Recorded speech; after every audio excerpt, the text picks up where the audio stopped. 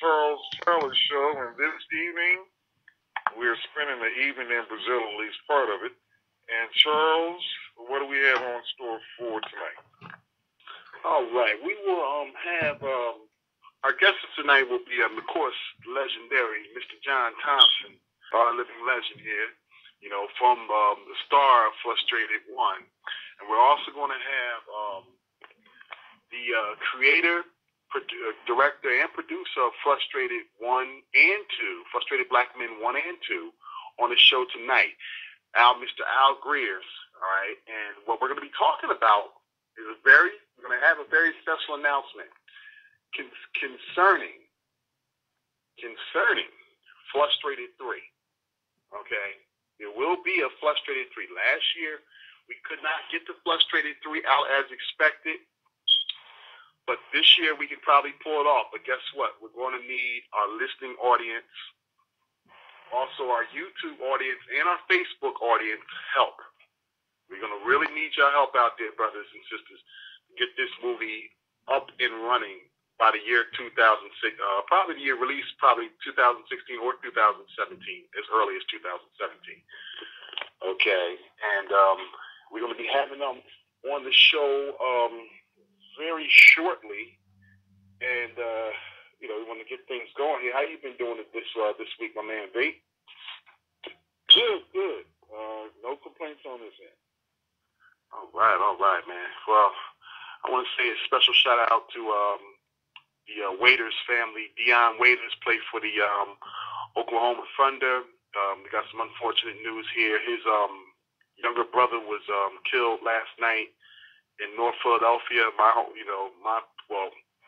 the other side of town here in Philadelphia. All right, and the brothers just shooting brothers out here. As soon as we get the hottest day of the year, it happens just like that. Okay, I tell people Philadelphia, right, is a city of murderly love.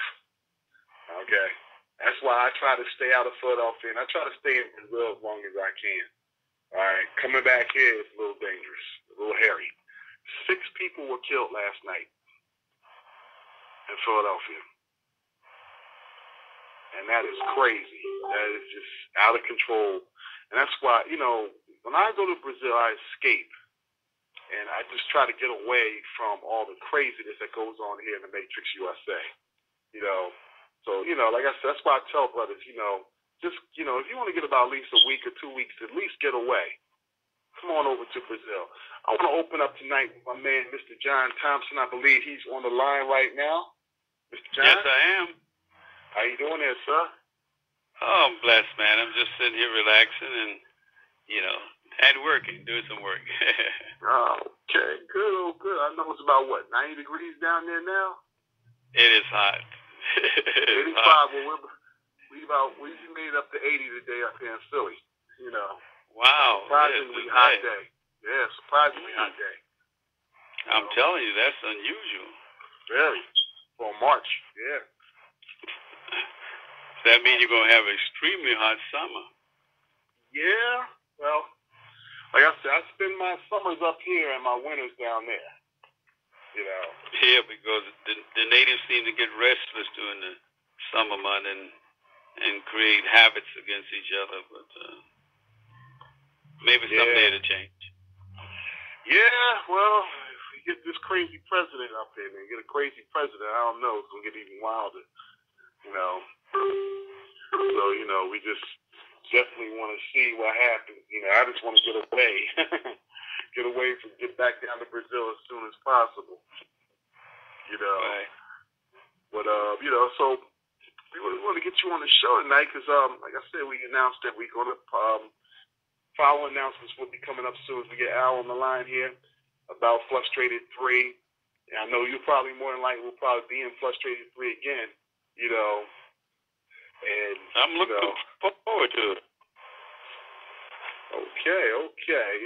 Now, also, we want to talk about a little bit about the upcoming events in November for the next beach party or Zumbi beach party weekend event. Mm-hmm. Now, there's been talk about a yacht party. Okay, I'm not too sure about the total details about that. I was wondering if you had any more idea. Will that be jumping off, or will we just go right back, or will we just might have a yacht party and a beach party? Well, I'm working with the organizers, and at this point, one of the gentlemen was coming down. He had to cancel, so I'm assuming that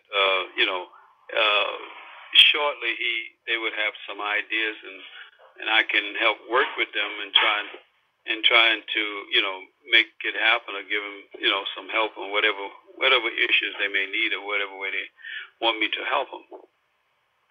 Okay. So I'm not at this point. I'm not sure. The most important is our annual event at the Monumental Zumbi, and then the after event at the club we went to last year. So that's more important to me. Whatever else we can work on and try and put it, make it happen. But I'm open for all ideas. Yes, there's going to be more ideas to come. Right now, what we try to do, with me and you, we try to set this event every November. We try to outdo the following year. I mean, every year we try to always make it better for the next year. Exactly. Okay. Last year we had about almost 60, maybe 70 guys come down there somewhere in that ballpark. We were taking over everywhere we went. We had a great showing, especially at the Club Helenji in Tijuca. That was very exciting, and an exciting meeting the president, the female attorney of the club, and everything, and how the Black Pride was exhibited, and how what a warm welcome we received, and we got a red carpet treatment too. So that was very exciting. And the toy drive, and Brother Calvin and I went to Favela. We gave out the toys, and they gave us a warm reception. I mean, it was very, very, very touching, and dealing with the kids and everything for the toy drive. So everything was just absolutely great. But we want to make it better for 2016. Yes, we definitely want to push the toy drive a little stronger this year. I mean, it was good last year. We want to make it even bigger this year. Okay, because a lot of these children in the favelas, they depend on this type of toy drive, because without it, it's no Christmas. Yeah, that's right. And showing love from the American Black community as well, and we need to bridge that gap between the two communities. In addition, the Black University in Sao Paulo, I talked to Dr. Vicente, the president of the college, Zumbi dos Palmares, and they're having their annual event too. And I'm planning on going there for at least 2 days, and who all want to attend this event at the Black University in Sao Paulo, the only Black university in all of South America. Welcome to attend, and I'll put the names on the guest list, and we can be at the VIP room meeting some of the dignitaries and some important people from the historical Black college, as well as from the Brazilian political arena and entertainment arena also. Okay, now what is the dates for that right there too? Well, the dates are November the 15th to the 18th. My plans is to be there on the 17th to the 18th and leave out on the 19th to return to Rio de Janeiro. Okay. So we want to, now, for the brothers that want to attend, the Black College, event, you probably want to get down there at least around November the 14th, okay, or within that ballpark, okay? So, you can definitely attend this event. Like I tell brothers, I said, make this a 2-week event, okay, or at least a 1-week event where you can get everything in, okay, and, we can, like I said, our beach party event will start around the 17th through the 23rd. So we can put all this in one mixed bag right here, all right, for one great celebration that we all can have. It's going to be a memorable event. If you speak to anybody, like my man Jimmy, Okay. And he went down there, he tore it up, he set it up there with the Jimmy Tycoon show and all that. You know, all those guys, all of them have a great. We all had a blast down there last year, and it was a big one last year. But I want even a bigger one. And we had about 60, 70 guys show up. This year, I want 100 and something guys show up. Okay. All right. You know, to tear it all up. You know, like I said, just keep this thing going. I mean, because not only that, you get a cultural experience. All right, we're coming around a time where it's the off-peak season, but it's right before the peak season, and it's also the beginning of the summertime. All right, the key to it all, the prices are always lower about that time, whether it's the airline, and of course, the room and board fees. But of course, when Mr. John will be taking care of it, Rio Rents for Less. You know. Now, Mr. John, I want to ask you we got a lot of first-time listeners out here tonight. I want to ask you, what is the accommodations with Rio Rents for Less? I mean, what does a first-time traveler who's coming to Brazil to expect when he's staying with you and, Rio Rents for Less? Well, we try to make sure they have a nice apartment, and also that you have internet access.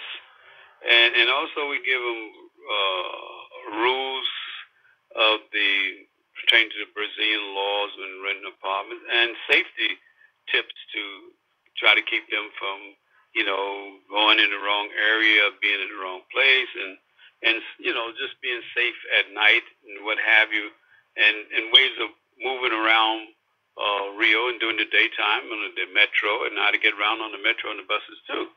To certain areas, you don't want them to go too far. Don't want to be in harm's way of anything, but just safety tips and everything. Keep in mind, though, also when I first came down in the 80s and what have you, one thing, and I got an award from the ex-governor and woman, then Councilwoman Anna Robinson in Brooklyn, an award for trying to bridge the gap between the black community in Bedford-Stuyvesant, Brooklyn, and the black community here in Rio, especially the favela at the end of the beach here in Copacabana, Chapelle and Mangueira.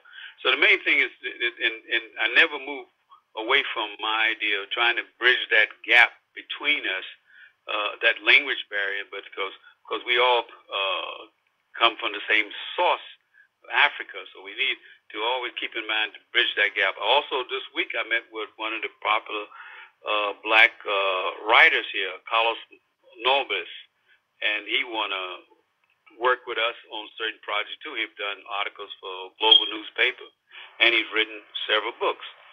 Okay, so we want to bridge that gap and share in our experiences and see how we can politically, educationally, and intellectually make it better for both continents and both sides. We work together and try and move forward as black people. Definitely, because like I said, there's a lot of I'm still, as I continue to my journey and my venture in Brazil, I'm still learning myself. Like I said, I've been back and forth there, going on about 16, 17 times. But I'm still learning, because that's just like every time I come down there, I'm learning something new. And, I know there's a lot of guys out here who ask me questions every day, whether it's on YouTube or whether it's on Facebook, what the culture is all about and everything like that. Now, we got a couple of callers coming in here real quick. We got a caller coming in from the 626. 626, you're on the air. Hey, PT, what's up, Charles? What's going on, partner? How you feeling? Yeah, this is Brother Anthony, man, from Wilmington, I live in California. What's going on? What's going on, brother? How you feeling there? All right. Hey, man, I just want to ask Mr. Thompson some questions about Brazil. I'm more interested in the history of Brazil now. I've been there some time, but I'm more trying to make a connection between Afro-Brazilians and African Americans. I understand that we have a similar story. And I've talked to the brothers and sisters in Bahia when I was there, and they were very receptive. They were like, yeah, we do have a similar story. You know, so that was a good thing. And I just want to know what else can we do to set up some type of dialogue with Afro Brazilians. As far as the politics, dealing with the racism, dealing with the classism, etc. What else can we do to kind of bridge that gap between the two? Well, okay. Good evening, brother.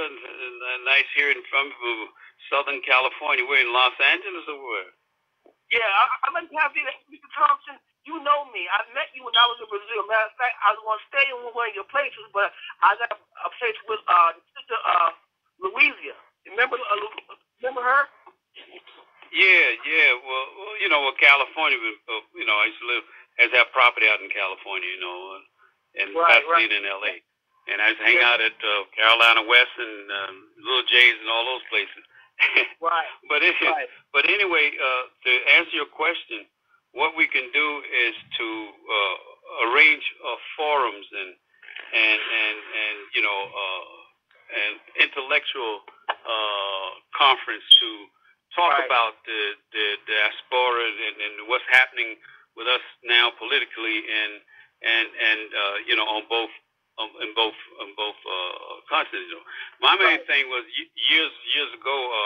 I was able to get the Senator Edson Santos to come to McEvery College, and Dr. Jackson gave him the presidential shield, and we talked about all the things, and we tried to share ideas. And Benedito, the ex-governor, now senator, was in Brooklyn at Sugar Hill Club. She was in Brooklyn meeting with Annette Robinson, and we were working on a lot of things at that time. And in the 90s, I marched with the Brazilians in protest against police brutality, against for not having a black holiday for the state of Rio de Janeiro, for Brazil itself, and many problems and discrimination in Brazil. I marched with the Brazilians in the 90s, and with Al Sharpton too. Day of Outrage over the bridge, Brooklyn Bridge. But we need to get that going again, because it appeared to me that Brazilians are not moving forward on the way they should be on these problems here, especially with the television. You can see the television is all lily white, and a lack of opportunities, a lack of 1% in the colleges, 1% of the student, 1% of the professor. So there's a lot of things that we need to work on, and we need to sit down and get some dialogue between the two countries and start working to try to make a difference on both continents. That's what we need to do. Right, and it's funny you say that. I know about a year and a half ago, I think 2 years ago, to be exact, we lost one of the great historians in Brazil. I can't pronounce his brother's name, but he was an elder, and he was a historian. I know who he was. I met with him. I got a picture of him. I think I sent it to Charles, and if not, I'll send it to you again. Adivas Nascimento. Adivas Nascimento. His nephew is an accountant in Sao Paulo.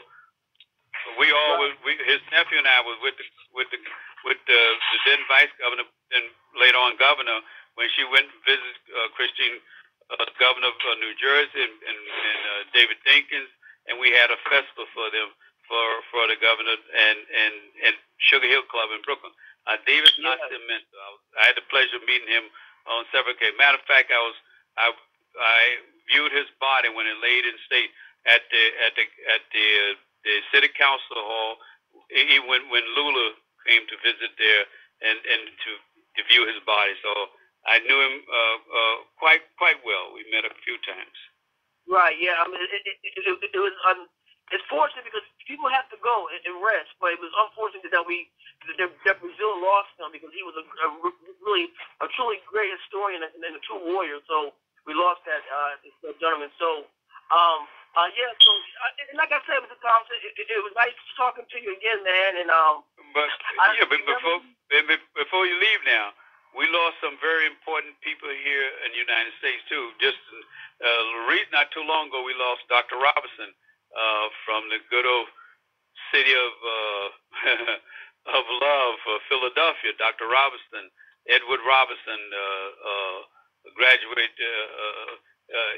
from the college there in Philadelphia, What's the name and we lost Dr. Chancellor Williams some years ago. The great writer. So we lost a lot of good people along the way, and that's why. Let me finish though. That's why the other side taken over the young people's mind now, because all of these great people have left us who were giving us the right path to follow, like Malcolm X and Dr. Martin Luther King. They're taking advantage of those people not being around now to run all that garbage on us, especially these movies about Egypt and the pharaohs and everything, ignoring the black pharaoh pie and the rest of them. So we lost a lot of people, and the other society is taking advantage of that as we move along. Right, and to add to that, Mr. Thompson, we also lost Dr. Ben. We just recently lost Dr. Francis too. So exactly. Exactly. So we lost Dr. Ben, Dr. Francis, and we had lost Richard King, Dr. Richard King, the brother who was talking about melanin before anybody was talking about melanin. He was already talking about melanin back in the 70s, and when he wrote a book about melanin, and we lost that brother too. So well, now, if you talk about Dr. Chancellor Williams, now he was born in 1893. Now, Dr. Chancellor Williams, in Destruction of Black Civilization, and Dr. Robinson, who was born around 19, wrote The Destruction of the Journey of the Songhai people, was talking about that too now. So there's a lot of people that, and I owe praises to Dr. Robinson and Dr. Chancellor Williams, even Frantz Fanon and Black Skin, White Mask. So we can go back in history and all those great writers that were around, And the worst thing about it, like I say, that now that they're gone, they're taking advantage of that. I wanted to add in on that right there. With the everybody knows about Beyonce paying tribute to Malcolm X and the Black Panthers during the Super Bowl. Fox News and all the other Fox News wannabes went off. Okay, right. They were literally trying to paint the Ku Klux Klan and Malcolm X like they're trying to paint them up like they were radicals. They killed people, killed white people, and everything like that. And that is so far from the truth. But because these people are not around, okay? Say that again. I'm sorry, brother. I had one of the brothers meeting me tomorrow. Say a group. I got 7 people down, 9 people meet me tomorrow morning. What was that again? I'm sorry. Well, Mr. John, like I was saying, right, because Malcolm X, is not around, and the original leaders of the Black Panthers are no longer with us or anything like that, a lot of them are still, coming out, a lot of them just coming even out of jail because they were political prisoners, in my opinion. They were not criminals, okay? And the thing about it, because the FBI was the FBI's plan, but because of that, they're also now trying, the new trick is also trying to falsify the history here, okay? They're trying to say that, okay, the Black Panthers they're trying to align the Black Panthers, compare them to the Ku Klux Klan. The Black Panthers never killed anyone, or killed anybody on a, just out there murdering and lynching them like they did the Ku Klux Klan. Black Panthers were about black offense against black self-offense against, racist people, mainly racist white cops, who were just out there beating and killing black men left and right. And like I said, you got Fox News out there. You got this young lady, only 23 years old. They had this little young blonde lady on there. I forgot her name. She's always on YouTube a lot. She's a Fox News wannabe, and she's so social conservative type, and she's literally going after Beyonce because she took this time out to pay tribute to the Black Panthers and also to Malcolm X, also the brother Malcolm. And like I said, she's twisting, Malcolm X is this, the Black Panthers is that. I'm like, wait a minute, you're 23 years old, you don't even know nothing about that. Someone told you that. Okay? Some racist told you that. Twist your whole story up. You're only 23 years old, don't know nothing about that history. That history came about 40 years before you even born. Okay? And it's like 30 years before you were born. And it's a shame that that's what's going on. I also want to take a time out here real quick here. We just want to go put it out there. We got a lot of listeners in the room. If you want to get on the conversation with Mr. John Thompson and also our next guest, Mr. Al Greers. Mr. Al Greers is holding on the line right now. All right, please press 1. Get in on our call here tonight. You know, if you want to call in tonight, you can always call our number, area code 215-383-3803. Once again, that's area code 215-383-3803. All right, I want to take this time out. Hey, brother, I really appreciate your call, by the way, okay? We got to move on to our next caller here real quick.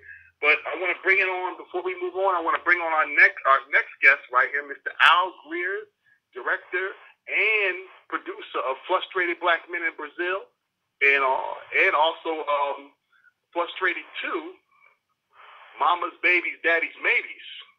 Mr. Al Greer, how you doing there, Al? Hey, what's up, brother? How are you? All right. How you feeling? Got Big Mr. brother Al on the line here, too. Yeah, how you doing, man? Hey, John, how you doing, John? Man, I'm doing great, man. One thing I just want to mention I don't want to change the subject. I just want to mention one thing, and then we'll move on, because you touched on something, Charles, very important. But remember now, we've been miseducated ever since we came out of baby wombs, and all about children and all these young people in America, the young blacks, are miseducated, and whites are miseducated, because our history did not start with no slave ship from Africa. Our history started with the Pharaoh Menes, the Pharaoh Pi, and all the other great pharaohs. Before there was anybody else, we were the builders. So now that I just want to clear that up, and then we can move on, okay? Thank you. That's very true. You got to remember, us as melanated people created the world. Okay, we set the tone. Melanated people were kidnapped from Africa to create America, the Americas, whether it's Brazil or North America, of course. All right. The thing about it is that I want to make it clear. And I get this a lot on YouTube, and I get it on Facebook a lot too as well. The only difference, I'm gonna take something from my brother Mr. Mooney here. Okay. The only difference between a Brazilian and an American, an Afro-Brazilian and an Afro-American, is they got off the boat first. That's the only difference. And the language. And the language. Yeah, and guess what? They also held on to African cultures, which is something that African Americans are losing. Okay, and I get hit with this all the time. Oh, you up there selling out? Those people ain't really black. Well, wait a minute. We're not really black if you really want to get technical. But guess what? I am black. All right, and you see me with pictures. You see me with pictures with only black Afro-Brazilian women. So I'm not a sellout. That's impossible. You take that sellout stuff and bring it on over to the TC Mayor show. Okay, that's the sellout channel, not here. Okay, and we just got to get that clear here and get that out there. I just want to put that out there, definitely. With all, especially with soon to be historian Mr. John Thompson, always. Okay, and also our other historian right here, Mr. Al Greer.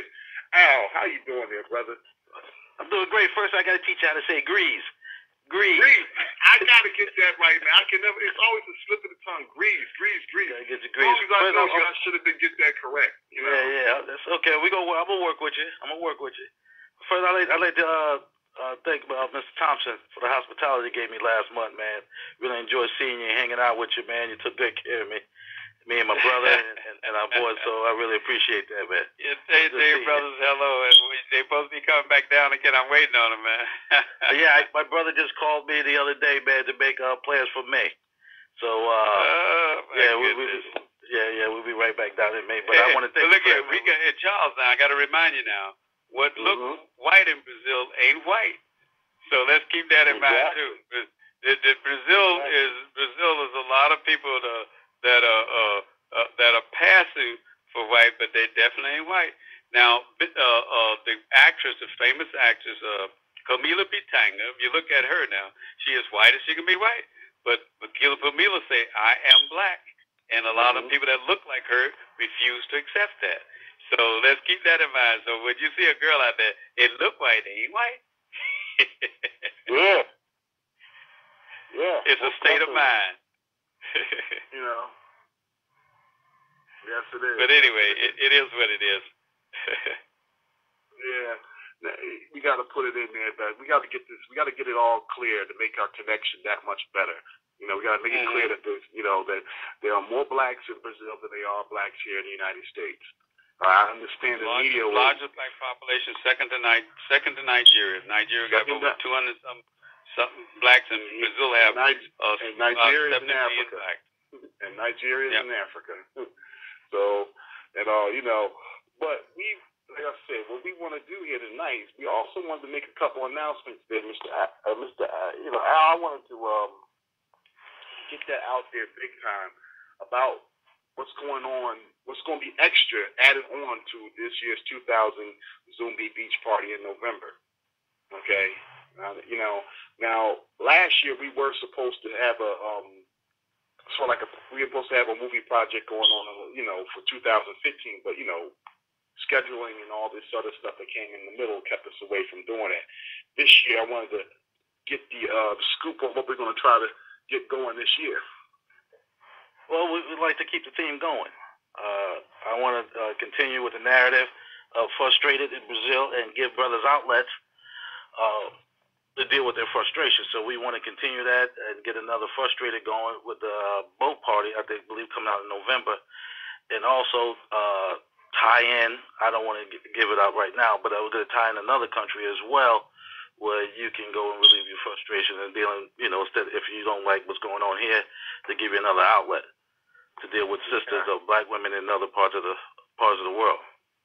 Okay. Now, what we're trying to do here this time is we're trying to, for one, we got to pull this movie together. Okay.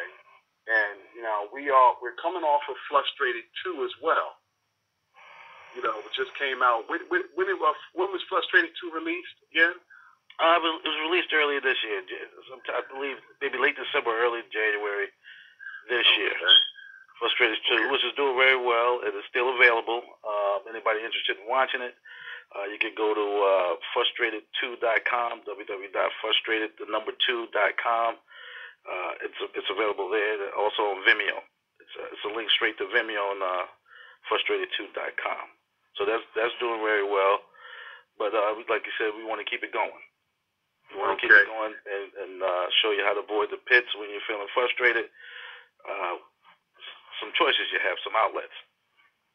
Okay, now, of course, when we do Frustrated 3, I mean, I cannot wait to definitely get involved with this project. It's going to be, you know, of course, my first time being a part of the project and everything like that. But I will say this. In order for Frustrated 3 to really jump off this year, especially around the beach party and around the times that we want to definitely have it, we're definitely going to need a lot of help from our brothers out here in our listening audience here. You know, the Charles Tyler Show, you know, the Facebook group, and also the Charles Tyler Show on YouTube. Okay, and Al, we wanted to open up a GoFundMe. I wanted to get more intel on that, give it out to our audience of what they can do or how they can help us bring Frustrated 3 on the film. All right, you know, for the year 2000, at least for the year 2016 and 17. Well, we can start with the GoFundMe. I suggest a minimum donation about $10 on the size of the group. I think $10 is fair. And also, I want to offer a raffle. If you donate $30, it could be a raffle where you can come out and we'll take care of your trip to Brazil, and you get to hang out with the crew, with the film crew, while we're filming. So you get a chance to win a free trip there and also hang out with the crew and film with us and be a part of this. Okay, this is a historical event. Well, for the raffle, it's two people eligible to win. Yeah. Okay, 2 people there. Okay, now you see that? And that has to be over. Now that right there is a donation over $30, correct? That is correct.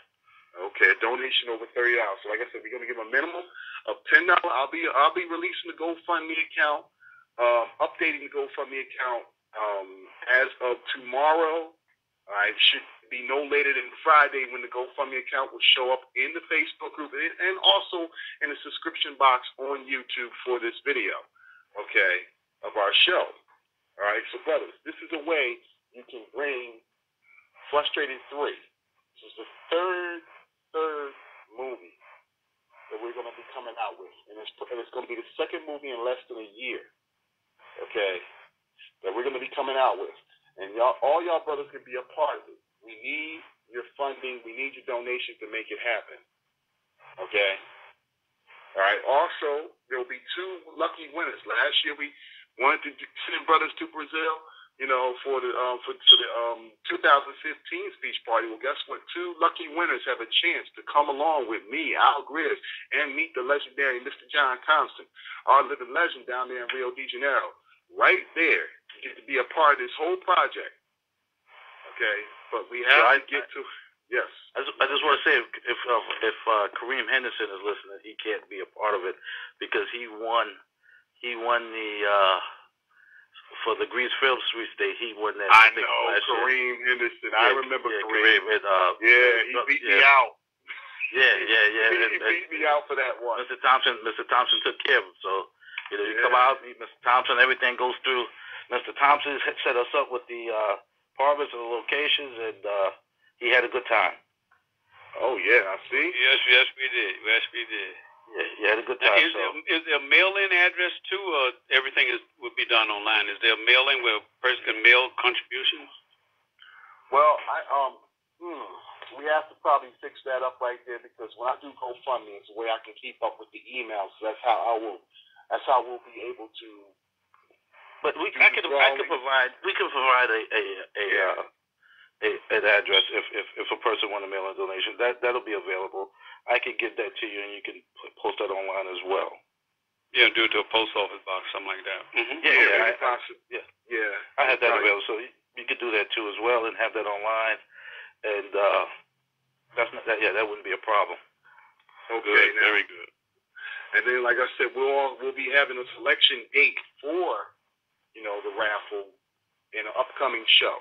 All right, when we get everything completely together, everything rolling, we get everything together, I will announce the dates, everything like that for the raffle, and for the the announcement of the winners of the raffle.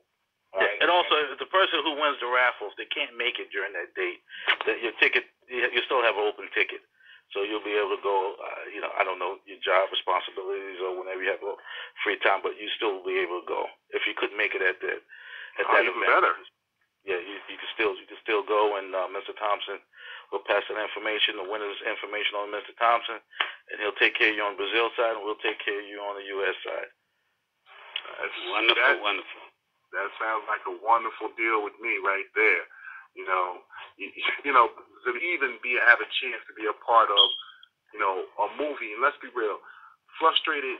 Well, it's not a movie. I don't want to keep calling it a movie or a documentary. It's a movement. To be a part of the movement, to keep the movement going. Well, to be a part of this movement, and the thing about it is, the movement started with Frustrated 1, and that movie was the one that sent me to Brazil. Okay, and basically set the tone for a lot of things from there on out. After that changed my life. So I'm definitely grateful to you. And also to Mr. John Thompson for making that happen. And now here we have another chance, a new chapter here, where we can continue to make it happen for, and continue to change other brothers' lives. See, when I say the Black Man's Option, okay, it was born by those movies. Those documentaries and everything like that made it happen. Okay, because it showed me that, wait a minute, there's black women down there. And there's good black women, there's good black women down there.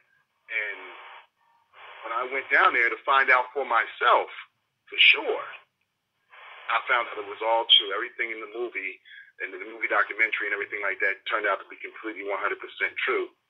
And, like I said, I just want to give an opportunity for the listeners out here, all right, to have the same opportunity as well, to be a part of this movement.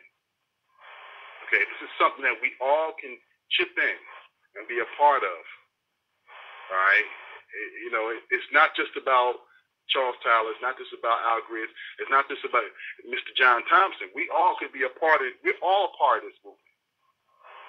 and we all can build something big in Brazil. We can start right here with the upcoming Frustrated 3. Okay, and we can definitely make that happen. Let's try to make it happen. Definitely, brothers and sisters out there. Let's go. That's something we have to make. Something we have to make happen. Yeah. We have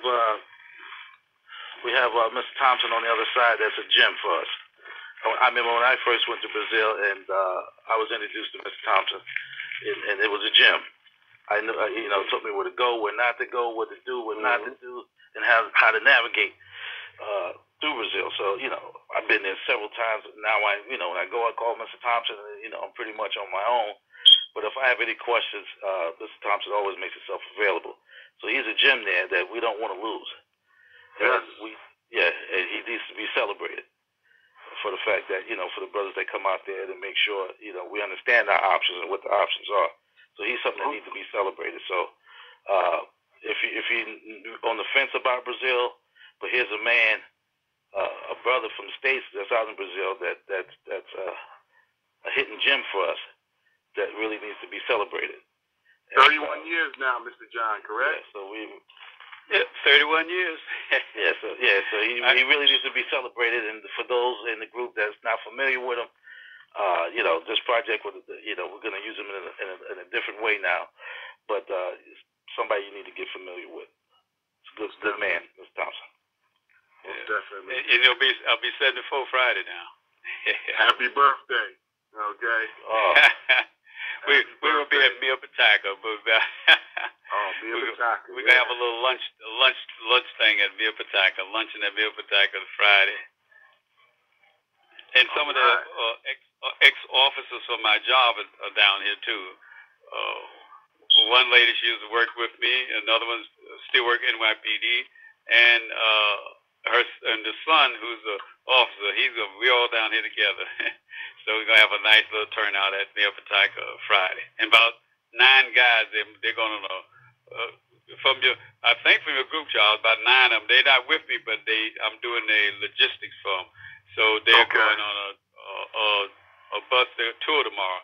In addition, we need to honor a lot of the historical black colleges are now on dealing with Brazil and the black colleges in Sao Paulo. So we need to pay honor to a lot of the historical black colleges, especially Southern University in Baton Rouge. And I've been honored to be at the homecoming last year, and I'm invited to be at the homecoming this year, paid for by the university.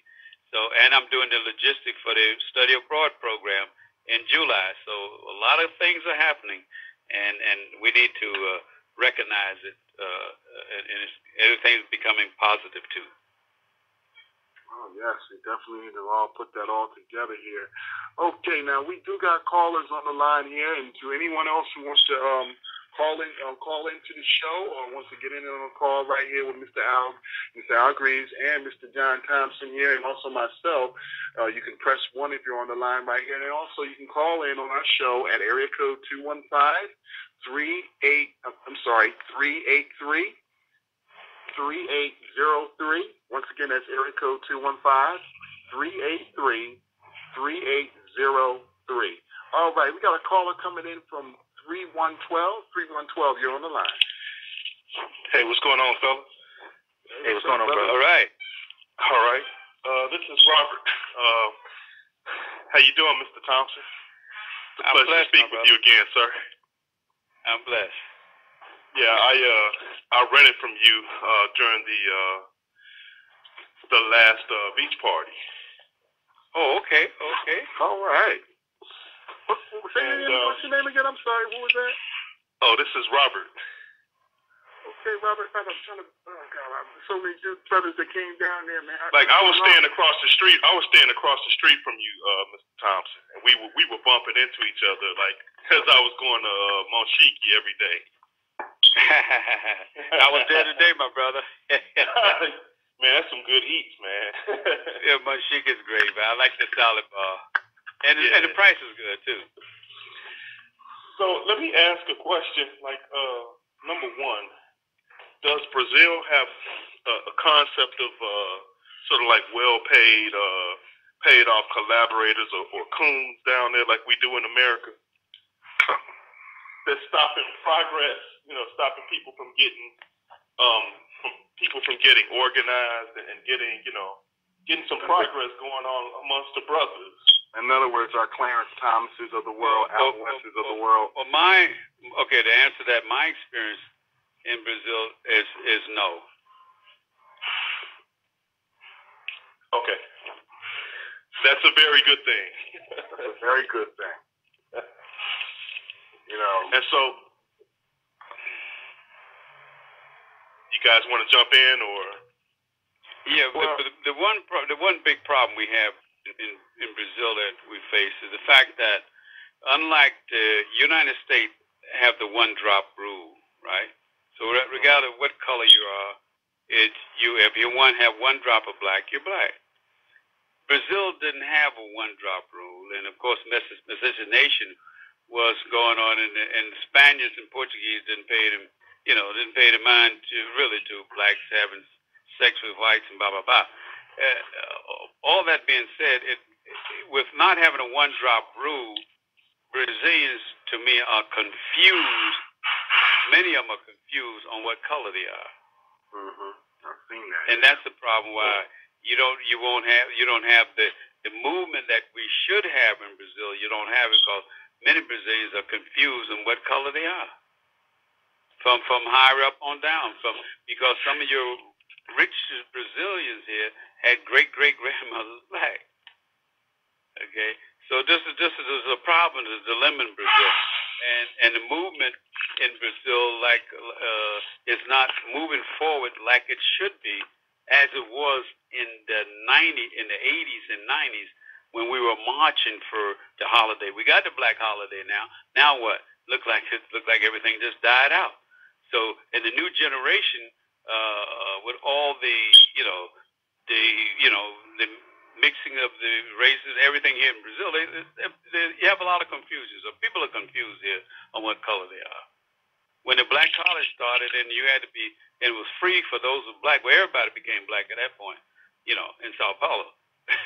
So this is the problem with Brazil. Yet we still have a strong black movement in many of the areas we went, and Charles is a witness of that. We have a strong black movement, and especially in a lot of the poor areas, there's a strong black movement, and a lot of the young blacks are throwing away that brainwashing, and they're moving forward as being a renaissance of blacks trying to educate themselves and trying to educate others on the black diaspora. So there's some hope here in Brazil. Because I'll say this right now, we the ones that definitely need to be educated on what's black. Like I said, I get people all the time, and I'm sure you probably heard it too there, Rob, that, those people are not black. Well, yeah. What makes them not black? What makes them not black is my question.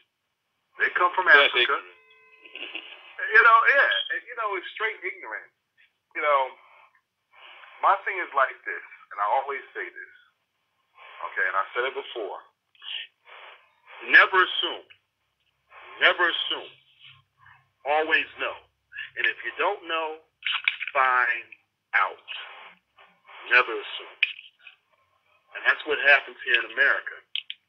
We got people up here who assume, those people are not black. Even your so-called, quote-unquote, black conscious people, you selling out sisters here in the U.S. No.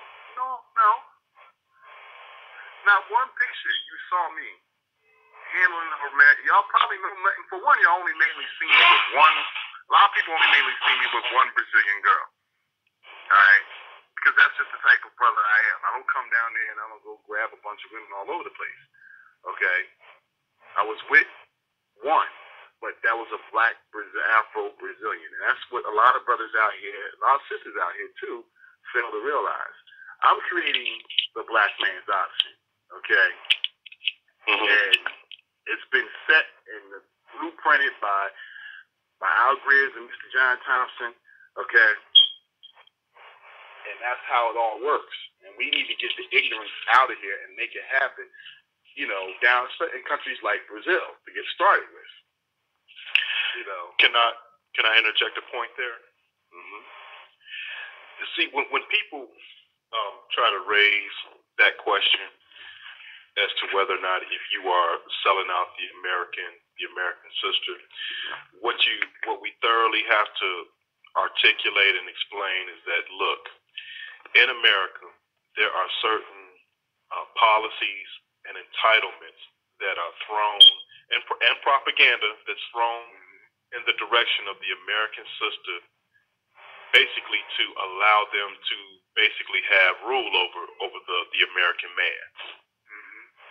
You get rewarded for ratchet behavior.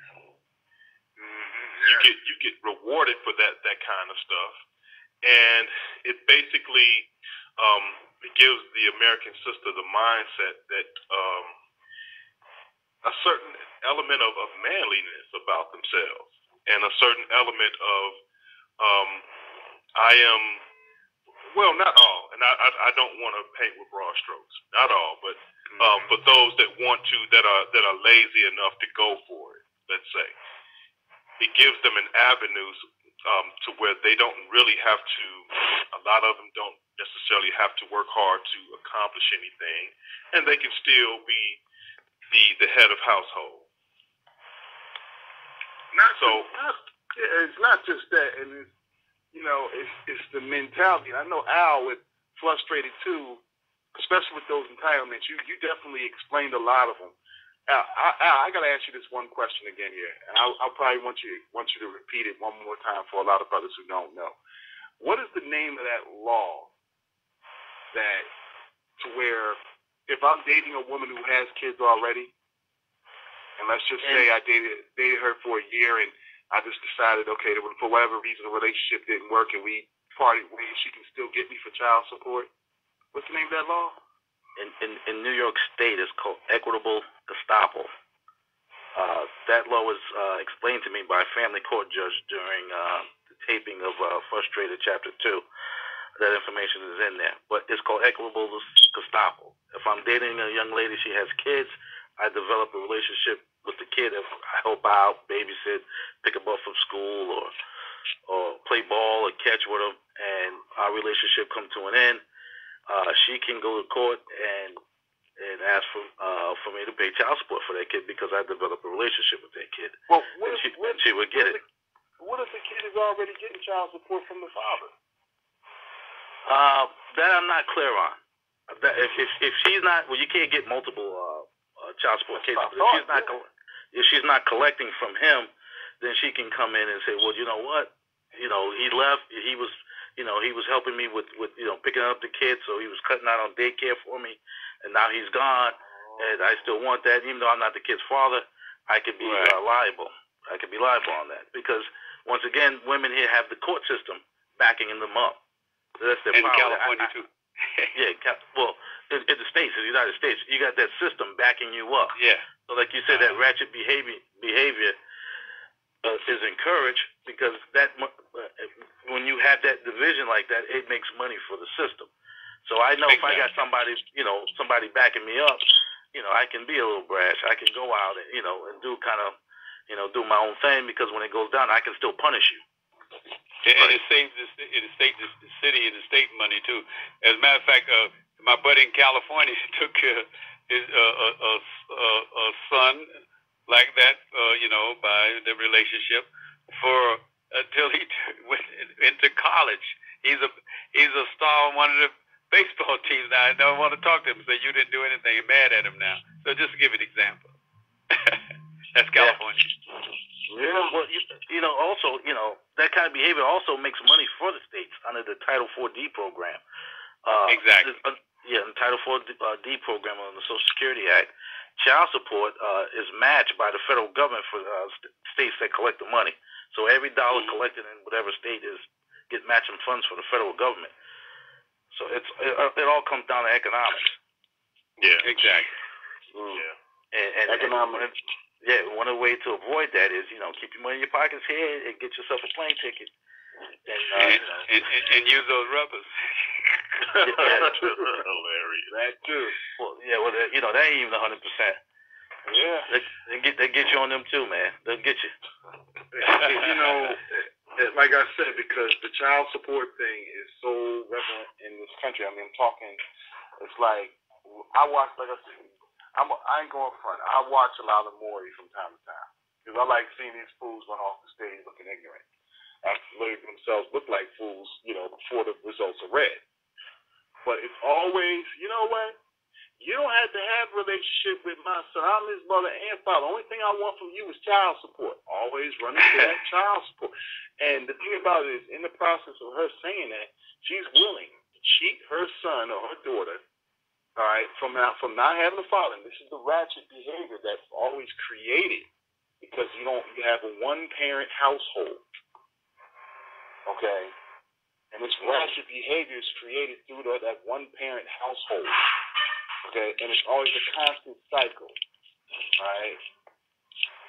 And it's a sad situation. Well, because the man is not valued. He's not valued here. He's not valued in her personal relationship, and when he goes to the court, you stand in front of the judge trying to fight for it to be a part of your child's life. You're not valued in it either. You're only valued as a paycheck. So you have to fight. You have to fight for that additional time. You're not valued. You have to value the man here. Wow. You've been reduced down to a paycheck. I'm too old to be fighting like that. Okay, all right. You got some younger listeners too. You got some young boys that need to hear this. They need to hear it, yes, because my thing's like this. I believe in working smarter and not harder. All right, and I don't just mean when I'm making money and everything like that.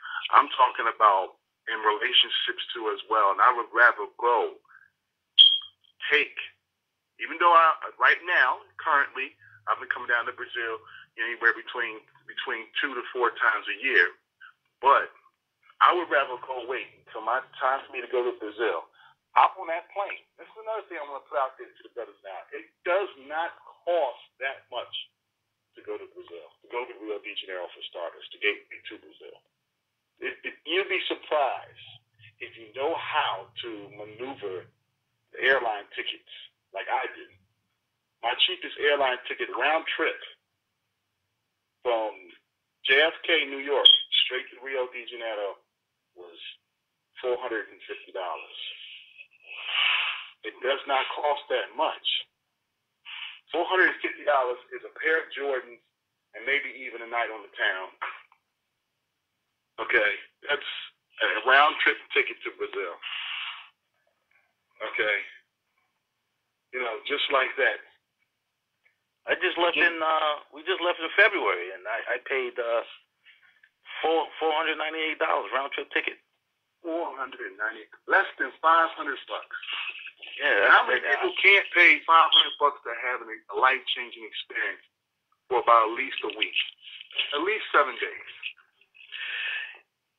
Yeah, we'll have to take that offline so y'all can put me on to actually pulling off that lick myself. Well, Rob, like I said, you can always contact me on Facebook. Of course, you can contact Mr. John too as well. You got, if you don't have his number, I'll make sure you get it. Always. Yeah, take care, Rob. Take care, buddy. Okay. Rob, have a good evening, Rob. All right. All right, Rob. You take care. But we got to make it clear that it does not cost that much to go to Brazil. Not as much as you think, especially now. All right, now we got the Olympics. I would not. Well, the Olympics is, I wouldn't know. Okay, I'm not even going to talk on that. I'll let Mr. John handle that right there. Okay. But as far as around the Olympics and everything like that, the ticket prices are not that bad, especially coming out of New York, coming out of Miami. Those are the 2 lowest ports I see on the East Coast. And I also heard, Mr. John, didn't you tell me that LAX got some low rates too as well? Yeah, California have low rates too, yeah. Most of your city where there are a lot of traffic, they have the price has been a little less in those cities. But people can shop around. I'll give them some ideas, but they can shop around too and try to get the best rates you can get. But it's not that. No, these rates are low now, really great at this time. Yes.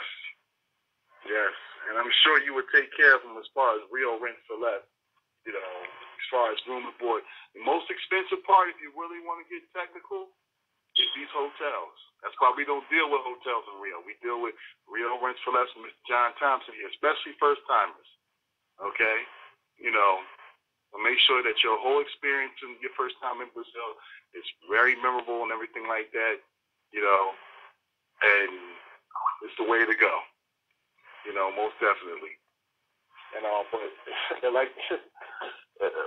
like I said, I believe in working smarter and not harder. I don't have time to be getting mixed up in any child support. I was fortunate that I had 2 kids and I didn't have to go that route. But guess what? I had 2 kids from a non-African American woman. She was still African. She was Jamaican. Look, Jamaican, yes, still black. Okay. And she didn't want to go that route. As long as I kept the money flowing to her, she knew her, my ex-wife, she didn't have that problem. Okay? Now that my kids are grown, I'm ready to go and make the full leap. Why? I don't have to worry about no child support taking my passport away. Now, Al, isn't that true, right? That's deep there, you know, for non-payment of child support, having your privileges revoked. Your travel privileges revoked, driver's license revoked. I want to ask you, all right, now, even coming from Frustrated too, right? If I'm not mistaken, right? Because I had to watch this twice just to make sure I heard what I was hearing. Okay, that a criminal has a better chance of getting a passport than a person who owes child support. Am I correct? No, that is correct. You're not going to get it. If you have one, they're going to revoke it. If you owe back child support, you're grounded. And then the next step after revoking in certain states, mostly Republican states, they just go ahead and lock you up. As soon as you fall behind, there's no mechanism in place to avoid you from being locked up. So if you lost your job, you can't go in and explain, listen, I'm unemployed right now, and that's why I'm behind on my child support. Mostly in the red states, they just go ahead, as soon as you fall behind, they just go ahead and lock you up. And that will go on your record, correct? Oh, yeah. That will go on your oh, man. That's right. It was more dangerous than, and then you have blue states start revoking your privileges. Then after, they start taking from that, then they go ahead and lock you up. After you're probably like anywhere from 5-6 months behind. And it is all classified as deadbeat dads. That's it. They got great marketing on it. They just classify you all as you just deadbeat dad. That's why he's locked up. Yeah, there's no mechanism in place. Hey, I lost my job. I just went through this. This is why I can't afford to pay right now. They don't want to hear it. They just go ahead and lock you up. But what's more scary than that? They have those domestic cases. Those domestic cases, even if without having the violence involved in it, if a young lady puts out a restraining order on you, that stays on your record permanently. Even if you didn't do anything to her, you don't have to hit her. She just called the police, go file for a restraining order. That stays on your record. That stays permanently on your record. You see, that's what I'm talking about right there. That's why that's the stuff. I can't deal. But once that's on your record, that'll hurt you as far as employment. Trying to get advances in employment when they go pull your record up and take a look at it, because they check your credit, they check your criminal record, and they find out that you've got a domestic violence history on your record, and you didn't do anything. I seen a couple of young men out in the state of Georgia, went out, a lady with cuckoo on them, and filed restraining orders on them. And, hey, listen, I never touched a broad. I was trying to break up with her, and now it's on their record. It stays permanently on your record. So you got that's something you really need to avoid. Those restraining orders and all that whole domestic stuff, man. Best bet, keep your money in your pocket. Get on a plane, man. Go see Mr. Thompson and show you time. Make sure you have the time of your life, and you don't have to deal with it. And you know what? When I just left in February, man, I ran across, some brothers and also some white guys. I met a psychiatrist out there. He said, "Man, listen, I work 3 months straight. I come out here, and I go back, and I don't even deal with it." He said, "This is a psychiatrist, right?" He said, "I don't even deal with that stuff. I don't even deal with it, man. I just go to work. I stay focused. I come back out here for 2 weeks, go back to work, stay focused. 3 months, I save my money." Like he said, the airline ticket, $400. I live in New York City. That's a night in the city. night in the city, you blow $500 quick. Exactly, especially in New York. Yeah, you're right. You talk about a Friday Parking night. alone is about $50 to $100. Yeah, you know, $500 a night in New York City. $500 will go by in the blink of an eye. I'm telling you, go by in the blink of an eye. So you save your money, you go see Mr. Thompson. Plus, you got the exchange rate. I think when I left, it was like 4-1. Is it still 4-1, Mr. Thompson? No, it's 3. I looked at it a few minutes ago. It dropped down to 3.6. Where's that now? 3.62 right now. Ooh, boy, I just looked at it a few minutes ago. Still a great deal, man. For every dollar I get $3 to $8. You're guaranteed to have a good time. Guaranteed. Yeah, it's still good. Even at that rate, it's still good. I look at it this way. Put it like this. Let's just say you got on $350 US. That's 1,300 reais. Okay, that's just equivalent to, let's just say, $1,300 here in the US. Okay, so you can do a lot. 1,300 reais. That's a lot of fun, for a weekend or something like that. And then, also whatever else on top of that, what you want to do. All right, you can get a lot done with the exchange rate that it is right now. The U.S. dollar is still strong. All right. Right. Just went up to 368. Oh, okay. Thank you. That sounds a little better. That means it's going to go right back up again. Oof, it's going to go right back up over 4. But Charles and Al, a lot of things we need to tell the black brothers that try to stay away from the law. Getting involved with the law, and period, and to mess about any of those things. Try to stay away from it as much. Try to put more time into try to, getting whatever education you can. Being miseducated, but do what you can. But because when you go for those law enforcement jobs or the fire departments or blah blah blah, they're gonna knock you. But they can find. That's just part of the destruction of our civilization, the black civilization. Want you for whatever they can find. So you have to get some great training and stay away from from people that are doing bad things and everything. You really got to pick your company that you with. It's going to be tough. Growing up in the favelas and the ghettos, in the United States, it's difficult. And I grew up in ghettos in the United States. 1952, when I landed in New York and Bedford-Stuyvesant, and it was a hellhole. As I wrote in an email to you, it was a hellhole back then. And you have to do whatever you can do to survive it. It's rough. And you have to say that it's caused by us not uniting together and trying to make a change. We get for president, that we have to do it ourselves. We can't wait for anybody to change things for us. We must step to the plate and do it. And we wait for some person to get elected and everything, you're never going to move forward. Blacks have to unite, get together like Brother Malcolm said. You cannot unite bananas with scattered leaves. We must together and do it ourselves. Yeah, Mr. John, you have a little feedback right there, but you're coming in a little good there.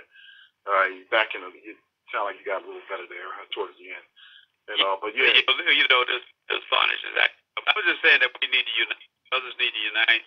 We have to unite. We can't worry about who we're going to elect the president. We must and try to make a difference in our society, in our community. We have to unite. That's right.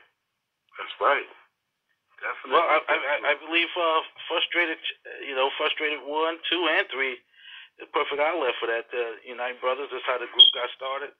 I don't know the total amount of members that's on there, but it started. It's a movement. We got over 10,000, whatever the number is, over 10,000 brothers. 12,000 on. Yeah. Yeah, 12,000. And that group right there alone is about 500 groups. And it's growing, and the product that we put out has been informative. It is showing brothers, how to avoid certain pitfalls. And we need to put our money up. We need to put our money up right now and start getting the other project that Al's working on, and let's start immediately ASAP to get it done. I will hop right on that starting tonight, or to no later than Friday. The GoFundMe will be on a pin post in all my Facebook groups, starting with my primary group, Afro American Men versus Afro Brazilian Women with due date. Also, It's going to the link will also be a part of the subscription box in this video on YouTube for all our YouTube viewers too as well. All right.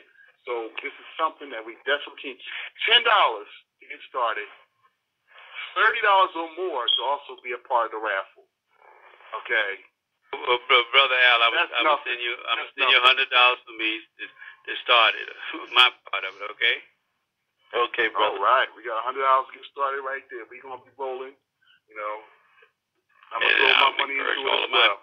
Some of my doctor friends and whatever to see what they can do, and so we can get this thing moving ASAP.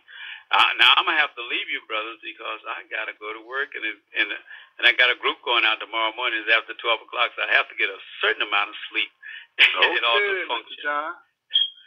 Brother Al, I see you, and like you say, you got my pledge already. Okay. Thank you, Mr. Hey, I'll see you in May too. I'll be looking forward to seeing you, my brother. Good night. Now. All right, there, Mr. John. All right, there. Appreciate having you on the show. All right. Thank you, brother. Bye-bye. All right, the legendary Mr. John Thompson. See that? I like that, man, from Mr. Thompson. That's leadership. Mm-hmm. From an elder standpoint, leadership right there. Start me off, put me 100 in. Let's go. That's leadership. I just don't look at him. I don't look at him as 74. That's a senior citizen. Okay, I don't see him like that.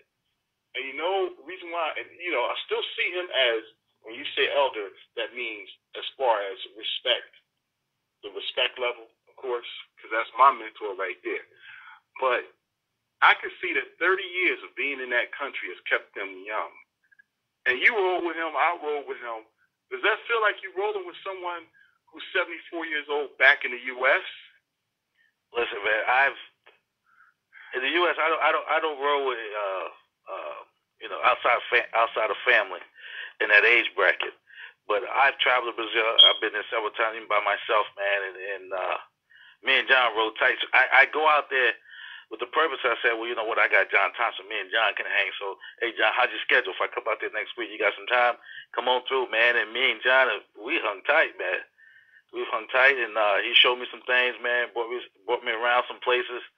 Took me out and about, and he's a great guy, man. Much respectful. He has the attitude of a young guy, a young cat still.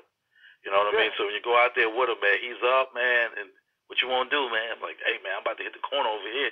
No, don't go over here. Come on, ride with me over here.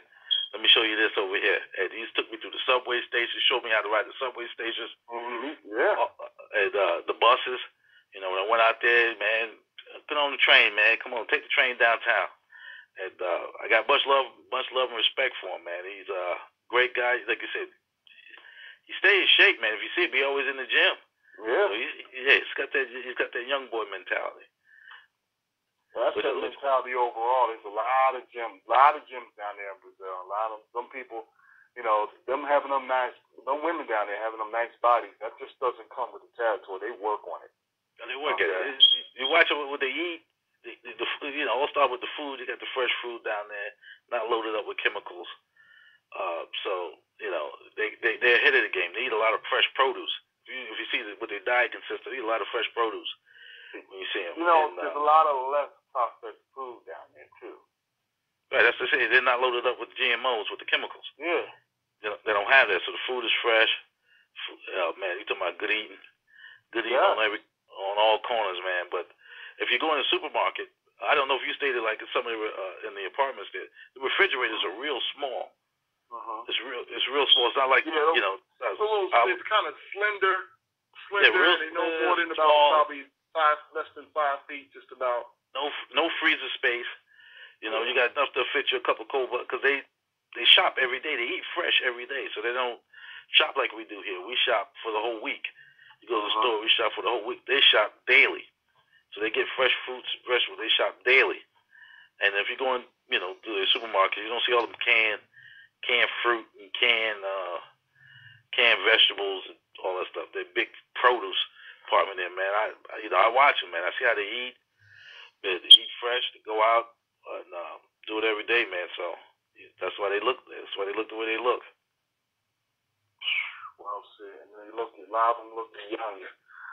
And like I say, But like I said, when I was down there, when I stayed down there, when I came down for 4 months, I stayed down there just about 4 months. All right, and I came down there at 300 and what? I was 340 pounds, the biggest I ever been. All right. When I came back, I was 265 pounds. When I came back to the United States. Okay. And there was to a point where my mother didn't even recognize me. Okay. All right. Because I was almost to looking slender. In fact, I was. I was more on the muscular end. But looking slender yet muscular, almost like a LeBron James. Like I said, I'm 6'5", so I'm a big guy. But, there's that eating. Yeah. That eating just, but at the same time, I picked up the weight again, just like that. I'm not 340, but I'm heading in that direction. And I'm not even eating that much. Okay. Yeah, it's what you're eating. Yeah. It's what you're eating. I go with that. Can't you help it? Yeah, well, when I'm in Brazil, man, they have that acai because they got the juice spots on every corner, man. That acai berry. Oh man, that's a wonder berry. That's all I was eating. My snack is acai berry. I mean, I even had acai berry drinks. Now, let me tell you something about that acai berry that's extra. That's also a lot of brothers going to be wanting to push on it. That acai berry, right before you about to get it in with a lady, oh man, try it. Listen, man, turn you into a Superman. Okay, it's the wonder. It's the wonder berry. It's the wonder berry. It gives you energy, knocks out the hunger, everything. What you need. Acai como abacaxi. That's how I get my that with pineapple. Yes, I get mine either plain or with banana, icy banana. Okay. No, but a Brazilian gentleman, man, turned me on. He told me hit it with a little mango. And he told me that's what you need to get that thing right. Acai with a little mango, you're good to go. Good to go, man. Yeah, I'm gonna try that next time around then. Yeah, I'm excited, man. I'm excited about doing the next project, man. Doing chapter 3. I'm gonna get the writing. I'm inspired, man, and I'm gonna get the writing the script for it. And I'm excited, man, about doing this. So am I. It's going to be, for me being a first-timer in the project, I'm definitely excited, I can't, it's going to be crazy, and I can't wait.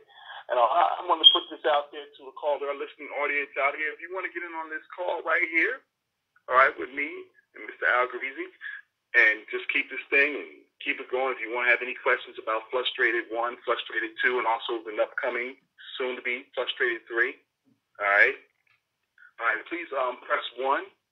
Also, to the ones who want to call in on the show, you can also call. You can call into the show at area code 215-383-3803.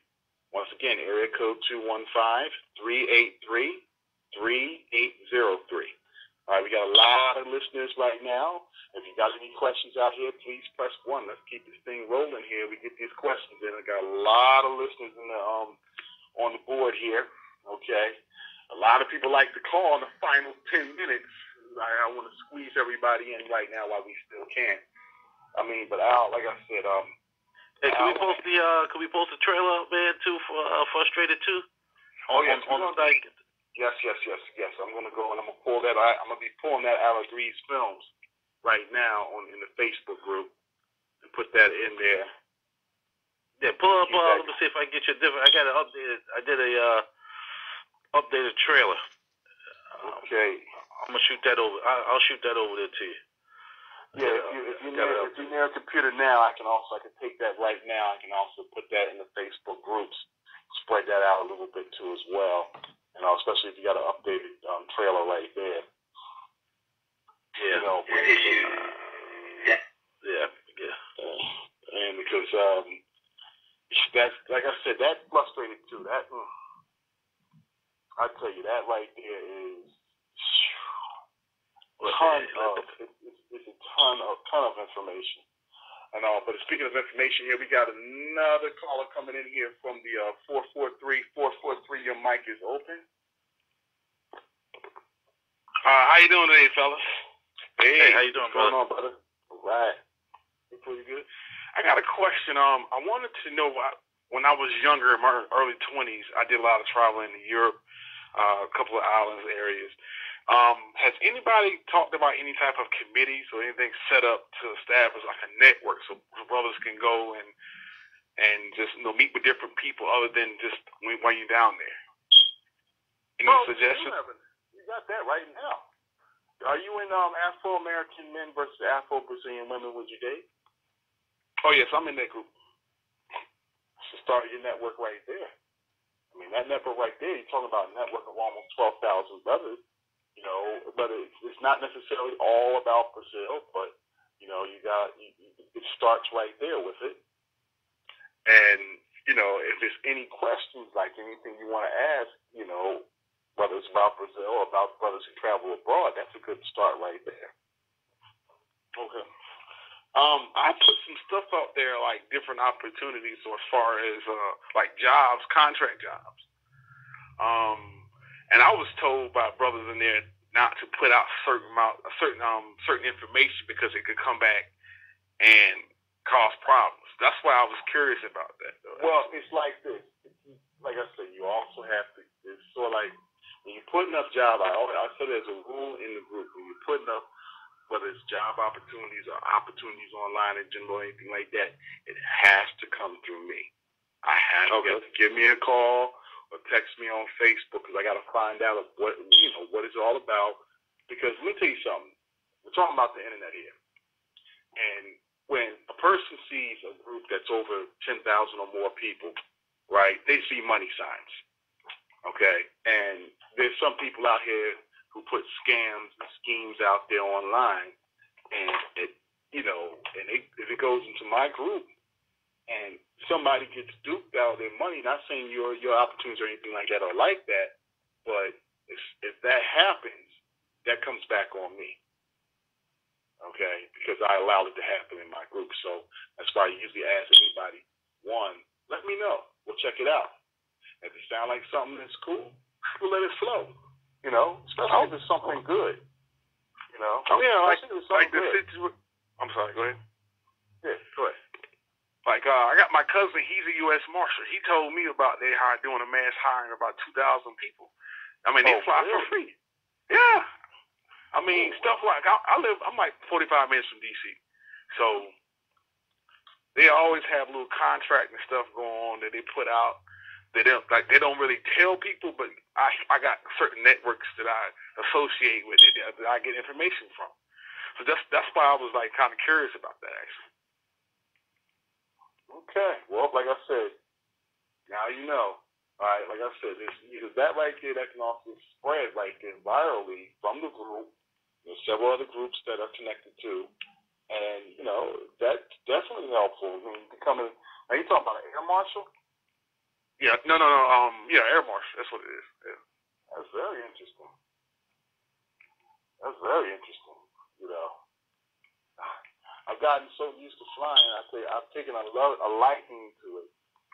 Being an air marshal, you're going all over the world right there. Oh yeah. And well, I prayed it. Go ahead. No, you're fine. Go ahead. I want to interrupt. That's all right. Go ahead. You about to say?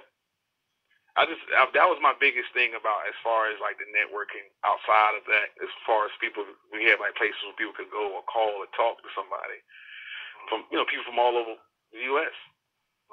So he answered that for me. So that group is almost world renowned. We got people from the U.S., from all over the U.S. We got brothers over in the U.K. We got brothers over in Australia. Okay. Got brothers over in Africa. It's all over the place. Of course, brothers in Brazil, all over the place.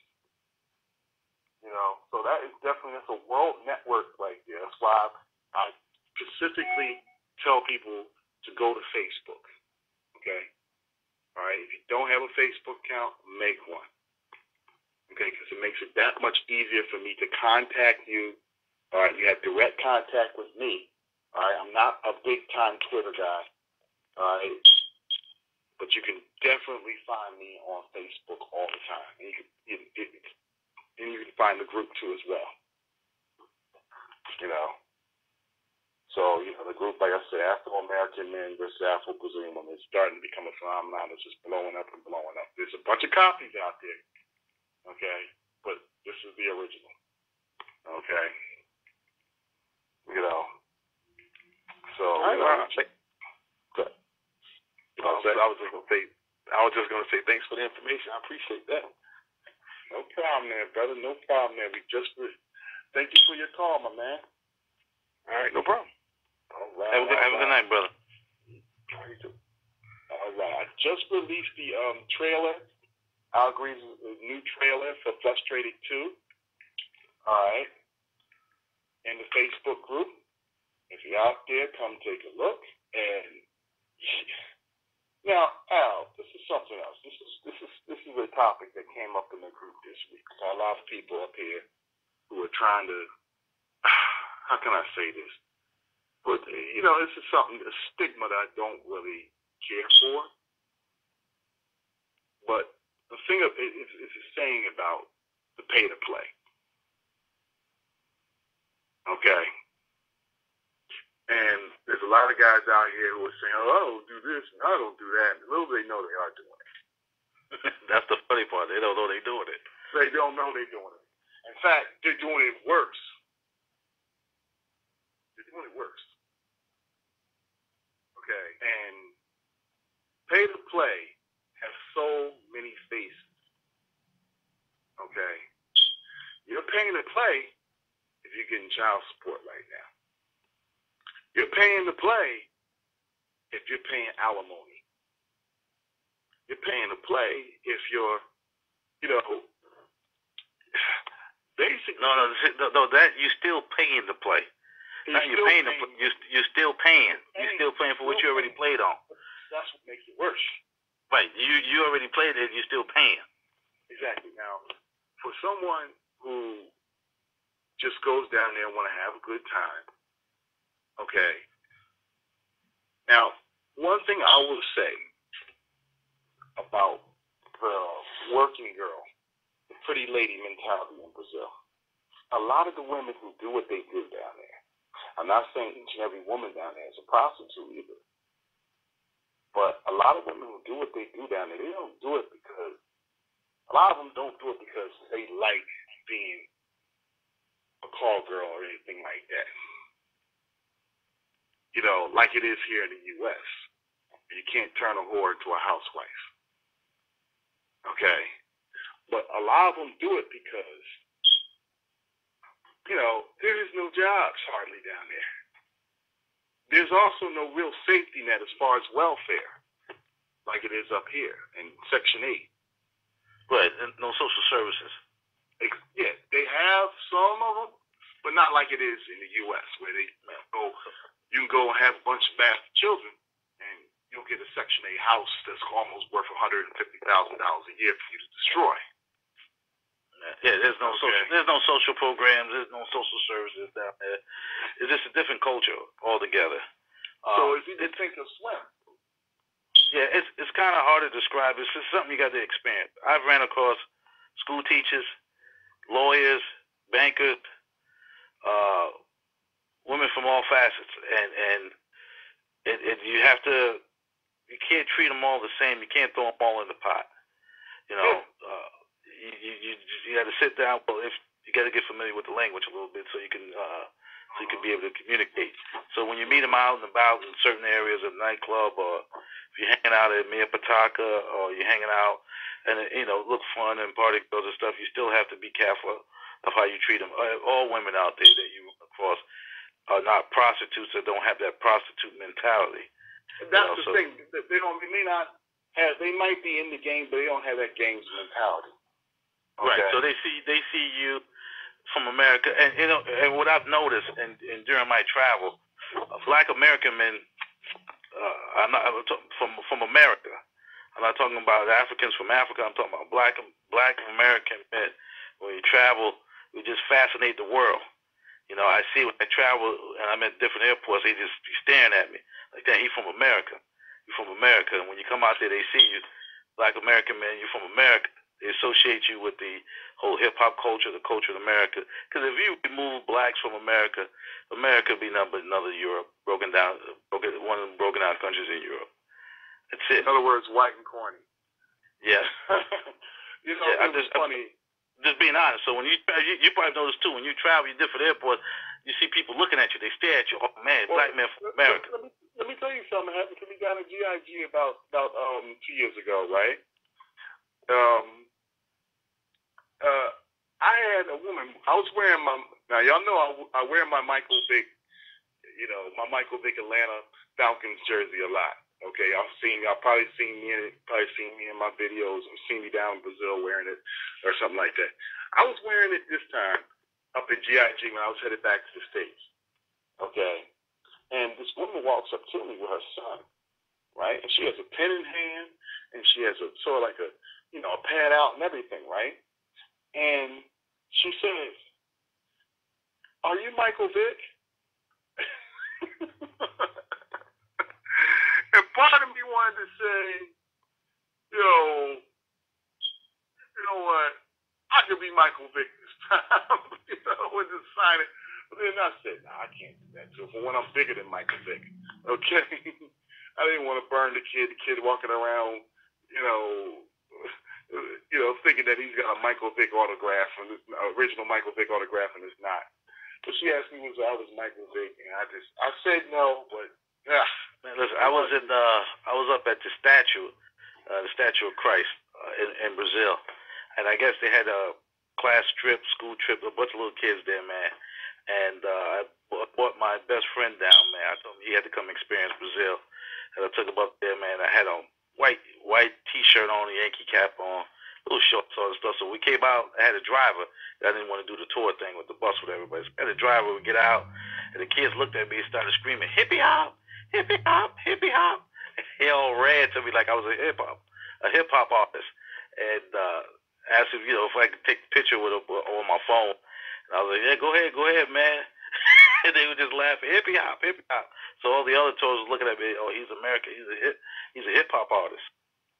Well, in my case, I definitely with my football jerseys, where I'm wearing my Steelers jersey, where I'm wearing my Hawks jersey, my Falcons jersey rather, or any other jersey I'm wearing, they always get me confused with a football player.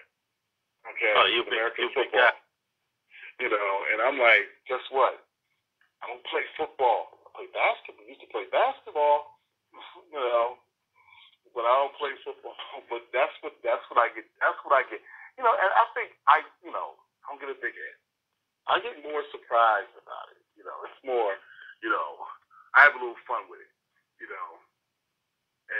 but that's what happens when you travel. I think that's the excitement when, we come in contact with cultures that not used to seeing African American men on the regular.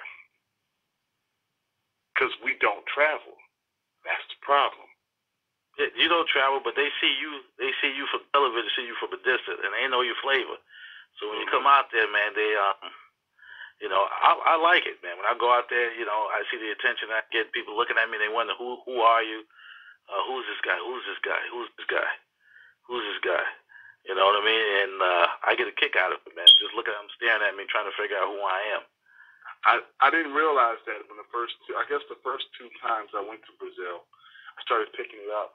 I think one time I was in the mall and I was walking with my lady, and we were over there in the mall over in Botafogo. Okay, I don't know exactly what the mall's name is. It's over there in Botafogo, right?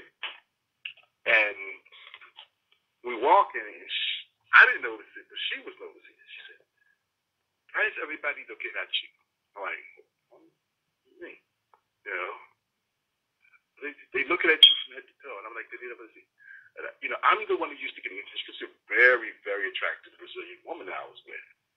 Okay, and she was asking, because I'm used to getting the attention, and you're taking all the attention from me. But another thing I like is how the Brazilians, how they react to you. I'm gonna give you a prime example. One time I was in me and my lady, we're in one of the, remember the van buses they used to have? They took them off now. I'm not sure if you noticed they didn't have too many of them the last time you were down there. I remember the van buses, though. The little sprinters. Okay. All right, and we were in one of them. We're on our way to Lapa from Copacabana, right? And this guy was sitting next to me. He pulls out his phone, and he starts playing. What he started playing? He started playing You Want to Be Starting Something by Michael Jackson. And he just plays it out, and he taps me. He says, started jamming with it, right? You want to be starting something. You got to be starting something. Try to get over it. Next thing you know, I started singing with him, right? Harmonizing with him. And before you know it, we got the whole bus jamming off of this. Okay? Off of this one little song off the phone. And he's got the whole bus jamming off this with me. Because once I started singing, everybody else started joining. And I like that. I like that the Brazilians, they give you they let you be you. Okay? Oh, they let you be you, and they appreciate you. They appreciate you. Like I said, from my experiences of traveling there, man, I feel more at home over there than I do here. So when I go over there, the Boca Raton, they come around you. They know once again they know you from the States, and they just want to be cool with you. Just want to be cool with you. I got more friends down there than I do up here. In such a short time. Most of the friends I have took years, like my year-long friends, for years and years. But down there, I got like a lot of friends down there. And it's not a agenda. Okay? Like a lot of people here in the States may think, because what you getting a little too close for? What's your speed? What's your spin here? What are you here for? Well, no, it's not like that. I mean, I'm gonna repost the video, okay, in the Facebook group about if I can remember this stadium. All right, if any of the callers out here can remember the stadium, please call in and press 1 and call in and remind me here of the stadium here.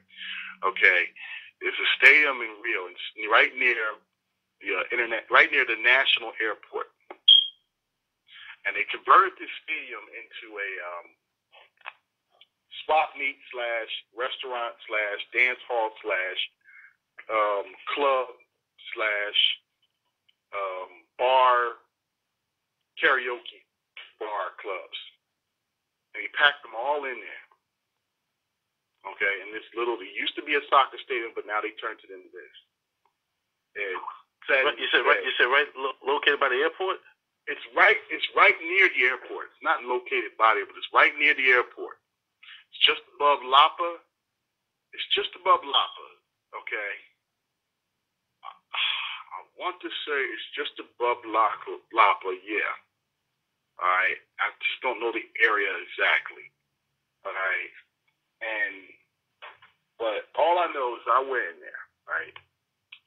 And they recognized that I was an American, I guess because of the way I was dressed or whatever, anything like that. And they wanted me to come on stage to do karaoke. And I'm embarrassed. I'm like, come on, I can't sing. I like singing, but I can't sing. Okay? Let's be real. All right? Well, just come up there, be a good sport, come up there anyway, And, and they asked me where I was from. I was from Philadelphia. Philip, first thing they say, Philadelphia, Will Smith. No, yeah, Will Smith. Not Will Smith. I wish I was Will Smith. No, I don't know Will. I met Will Smith back in '89 before he was Fresh Prince back then. Okay, But they said, okay, well look, one woman recognized me from my days. She used to work at Temple University. Okay, she was, in fact, she was a custodian at Temple University at McGonagall Hall. And she recognized me. I'm like, I was stunned for her to recognize me from 20 years ago. When I used to play basketball for the Baker League, at McGonagall Hall. And she used to come and clean the places around our practices, and she, really the guy, he used to dunk the ball. He used to dunk the ball. I can't dunk the ball now, but, those were the days. 20-something years ago, I could dunk a basketball. But, she asked me to come. Now she runs a karaoke club. And she asked me to come up there. So I came up there, and I found the song, All Night Long by Lionel Richie. He has Lionel Richie on. Now, one thing about Brazilians is they like a lot of moving songs. So when I started singing that song, right, the next thing you know, I'm going good. I'm sticking because it's the only song I knew word for word. Okay, and I knew how to sing it. And the next thing you know, when the people are dancing in the street, feel the rhythm all in their feet. Life is cool, wild and sweet. Let the music play on. Next thing you know, I got about 40 people in the background, standing or walking past the karaoke club, and they all stopped, and they all started listening. They all started jamming with me. I got, 40, maybe 50 people back there in the background. I even had people came up and they started dancing. Y'all probably might start seeing when I put the video back up in the Facebook group. They started dancing, And I'm like, come on, I actually got these people here jamming. I feel like a star for the first time. Okay? See, and, that type of atmosphere, you know what it does to a black man who comes from an atmosphere where your stress levels are through the roof? In the United States, we are naturally stressed because we always got to play a role. We can't be ourselves. We got to play a role with the ladies.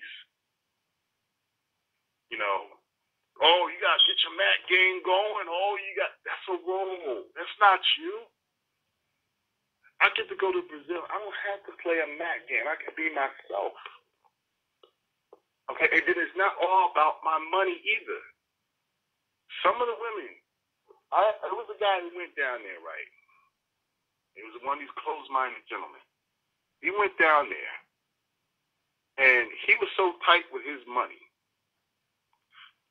that when he went out with one of my partners, right, who actually has permanent residency down there, and one of my partners was trying to set him up with, one of the ladies down there.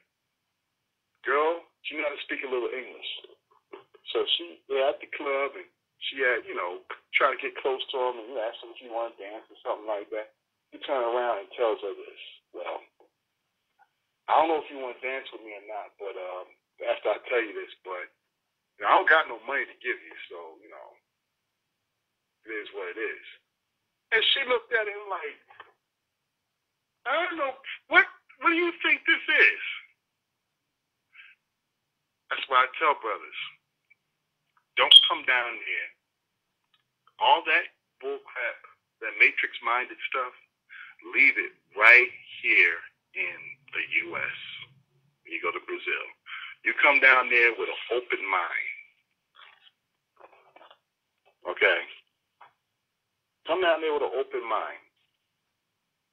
And it will get you far with these ladies. I don't know learn the language too. All right? I'm still learning the language myself. All right? But still, I come down there, despite the language issues, I still come down there with an open mind, and I have a blast. All right? I don't assume that everyone I'm going to come in contact with wants money out of me. That is an ultimate disrespect. Those women, they will, like I said, those women have I've seen women down there told millionaires to go to hell. Because they were disrespected like that. But when you come down there with a closed mind, you're not going to have a good time. It's just not going to happen at all. All right, we are coming up towards the end of the show here. We still got about a good 12 minutes left, and if any callers want to get in on the call tonight, we still got 12 minutes left in the show here. Want to speak to Al, speak to me, and everything like that. Any questions, please press 1. Okay, we still got a lot of listeners in here on the line here. If there's any questions you want to ask us, whether, concerning about Frustrated, any of the Frustrated movies, including the upcoming one that we definitely going to pull together and make happen, please give us a call. Once again, the number is area code 215. Area code 215-383-3803. Area code 215-383-3803. We got a call on the line right now coming in from 562. 562, you're on the line. Hey, what's up, brother Charles? This is Mark Lyles from the group. What's going on there, Mark? All right, pleasure to be part of this group. I'm right. doing a dinner party in Copacabana Sunday the 27th. So any brothers are down there, everybody's welcome. It's in the penthouse. I posted up on the group. I think didn't you send me a link? Yeah, I sent that to you today. I'm not sure if you're going to be there, but if you are, swing down. And if you can, forward to the brother Thompson too. I met him back in I think 2004, 2005. And if there's anything I can do to help this movement, just reach out to me. Okay, of course. I'm on 4th trip. So I met my sister down there, so I may be going back 2 or 3 times a year now. All right, So I'm here at the service for the brothers if there's anything I can do. All right. So this is going to be on March the 27th? Yes. Al, you won't be down there this month, will you? No, I'll be back in May. I just came back. I just came back in February. Yeah, I'll be back in May. Yeah, I won't be down there till May too as well. Probably May or no. Probably I might, with all this extra stuff going on now with the movie, maybe. Well, I'm most definitely try to make the beach party in November, and we can probably do another dinner party.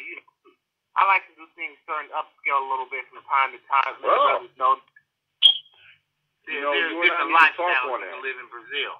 Oh yeah, you and I definitely need you definitely need to get back in contact with me on that, because maybe we can add a little something extra to the beach party event now. Okay. Yeah. In November, because we really trying to push it. We want to make this the best one.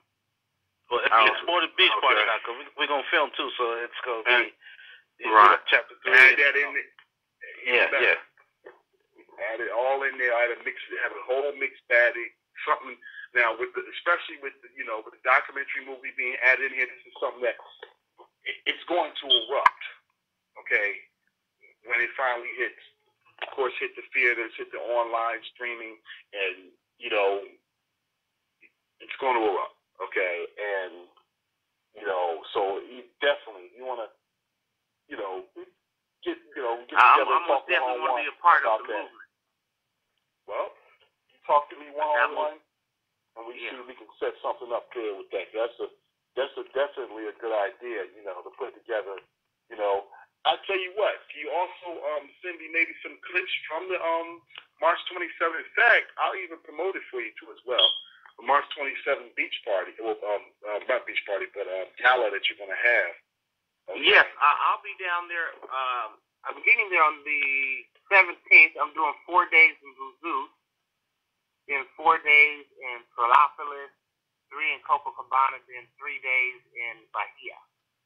So I'm going to post stuff on a daily basis on the group. Okay. Yeah, okay, definitely. We'll make that definitely happen there. I post up on the group several times a day. I'm on there constantly. Okay, well, there you go. That'll be definitely something you can put on the dartboard big time in the group. And, because I'm sure there's going to be a lot of brothers coming down there towards the end of the month. All right. Shame me and Al won't be there, but, definitely. And if you want, make some video of it. You can put it in the group. Definitely spread the word, and keep the movement growing. This is how you keep the movement going. Keep sharing events and all that. Keep it all together and keep putting it in the group, mix it in the pot, and everybody else gets served with it all over, Yes, sir. All right, man. I'll keep you guys posted. Hey, good to meet you, brother. And I hope to see you out there in November for the filming, Frustrated Chapter 3. Oh, yes, sir. Thank you. I'll see you there. All right. Yes, all brother. right. Okay. Now, I want to go over it one more time, Al, so we can get it out there a little harder here with the final moments of the show winding down here. All right. We're going to be doing Frustrated 3, but we need funding for Frustrated 3 to make it all happen. All right. Brothers, we can definitely do this. All right. You can pay with a $10 minimum. All right, to our GoFundMe, which I'll be putting up in the Facebook groups and also in the subscription box, on the YouTube here for this show. All right, and also, like I said, $30 or more will put you in line with the raffle to come down, all expense paid trip to Brazil, to come on down, right, and make it happen. All right. We already had one winner. Go ahead. Yeah, and you get to hang out with me too during the filming. So you get to hang out with the director and the producer. The whole crew. Yep. The whole crew. I gotta ask you something here, man. Before we go. All right. I got to find. I don't know how many times I've been down there and I can't find it. I gotta find that girl who was wearing the shades and Frustrated. The Frustrated one. The one that was. She was wearing the shades. Oh, yeah. I knew. That's my homegirl. Little dark-skinned girl. Yeah, with the shades on, the black shades. Yeah, that's my homegirl. Yeah, I know when she took them shades off, them eyes would just literally hypnotize you. Yes, yeah. She has probably the most beautiful eyes I've ever seen. Listen, we'll talk offline, man. I'll share some information. Yeah, okay. I'll pass that information on to you, man. But I'm excited. I'm looking forward to doing Chapter 3. Keep the movement going. Keep good product going. I know Frustrated 1 had roughly 3 million views, so the product is good. And I'm just looking forward to continuing, producing and getting good product and getting brothers coming out and traveling abroad and enjoying the experience that will change their lives. Yes, like I said, we got to make it happen here, and we're going to make it happen. We're going to get this money together. In the meantime, enjoy Frustrated Chapter 2. I know you posted on site. Just some more information to show you how to avoid the pitfall of child support and having your passport revoked and taken away, your privileges, so you can't make it out to Brazil. There's a lot of information on it. If you are going through that situation, that could help you out, and some information that show you how to avoid some of those pitfalls, man, so you don't get caught up in that system. And what is the site one more time for Frustrated 2? It's frustrated, the number 2, www.frustrated2.com, the number 2.com. But if you click on the trailer there, the trailer that you post up will take you directly to the site to watch the full film. All right. So it's good times, man. I'm excited. Got good times coming up. All right, big time, definitely. All right, we actually made it to the conclusion of the show here. Al, I really appreciate you, man, as usual. Appreciate you too, brother, man. I appreciate everybody listening. And like I said, let's go ahead and contribute, put our stuff together, man, so we can keep our movement going while we have control of the narrative before, some white folks see stuff, they want to come in and take it over and drown you out. So we got to play that. And we're going to make that happen. I'll be putting up the GoFundMe in the Facebook groups starting tomorrow night into Friday, and there will be a pin post from here on out, and from here on out into all the way to the beach party date. We're going to keep it going. Okay. All right. All right, brother. Listen, you have a good evening, man. It's always a pleasure talking with you, man. Talk to you soon. Pleasure there, Al. All right. You take care, brother. Okay. All right. Peace. All right. And we have reached the conclusion of our show. Once again, I'd like to thank Mr. Al Greasy, Mr. John Thompson, all for coming on the show. The legendary John Thompson, may I add, and Of course, Mr. Al agrees that we're going to get this thing together with me and you, and we're going to put this Frustrated 3 right on the map. With your help, brothers, we definitely going to need your help out there. The GoFundMe will be up in the Facebook groups, also on the subscription box for this YouTube channel. We're going to keep this thing flowing. We're going to keep it moving. All right, this is Charles Tyler for the Charles Tyler Show right here with my right-hand man, Mr. V. Okay, V. And we are going to conclude it tonight. I will be seeing y'all brothers next week. We're next, same channel, same time. This is the Charles Tyler Show. Let's keep it positive, brothers. There are radio shows out here who just literally trying to keep things negative. But let's keep it positive right here on this show. All right? This is the Charles Tyler Show. Same time, same channel next week. Peace, brothers. Check you then. And now, an exclusive first look at the upcoming documentary, 7 a.m. Because true economic science is a branch of military science. War and money go hand in hand. Most wars are fights so people can make more money, and war is money. That means what? That the European American is not about to prepare black children to compete with his children for control of the economic sector. It's not going to happen. So if black people want this science, we got to teach it, we got to study it, and we're going to have to make some mistakes in perfecting it because we're still babies in the water of global economic commerce. As African people, we are financially illiterate. So we should not be surprised that we're so economically backward because we were never taught how to be economically forward. Our education in America has not provided or prepared us to be able to compete with Europeans economically. The historically black college was designed to do what? Teach you how to work for white people. Public schools, charter schools, parochial schools, independent schools. What is the purpose of education in America for black children right now? To teach them how to make a living working for white people. But I don't want the kids coming to my school to be going to class thinking that I'm learning this so I can go and get paid by a white person. They're going to be empowered to start their own business. When they leave that school, they're going to go into business. And why do we need our people to be self-sufficient? Because when you're not self-sufficient, you can't speak your mind. One of the biggest reasons why black people have been so cowardly in the post-civil rights movement, not standing up for ourselves, standing up for our children, standing up against police brutality, we're scared to lose our jobs. We have to work. We got kids. I can't talk about the racism on my job. I might lose it. So the reason why we're not speaking our mind is because we don't have economic freedom. As Mr. Garvey said, Marcus Garvey said, that a solid racial program must be built on a solid economic foundation. Show me your economic condition, and I'll show you your political condition. The political economy of the black community rests on the premise that because they do not make their own money, they are enslaved to Europeans. And as a result of that, they will never be able to do what needs to be done to carve out a future for their children, because the hand that pays is also the hand that rules.